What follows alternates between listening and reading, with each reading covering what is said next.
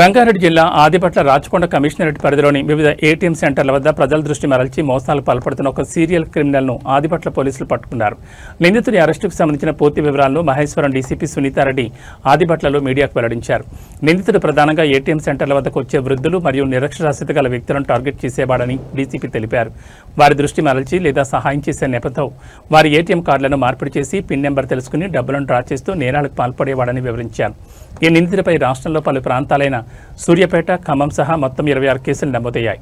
2021 నుండి ఇప్పటి వరకు మొత్తం 27 కేసులు నమోదైనట్లు డీసీపీ తెలిపారు.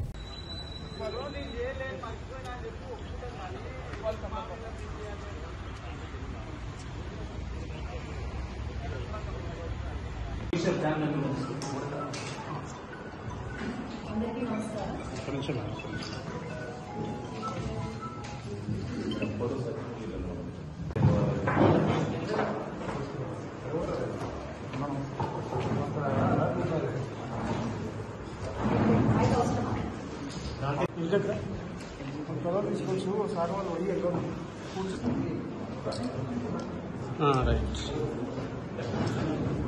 మన టీం అందరూ బ్యాక్ సందీప్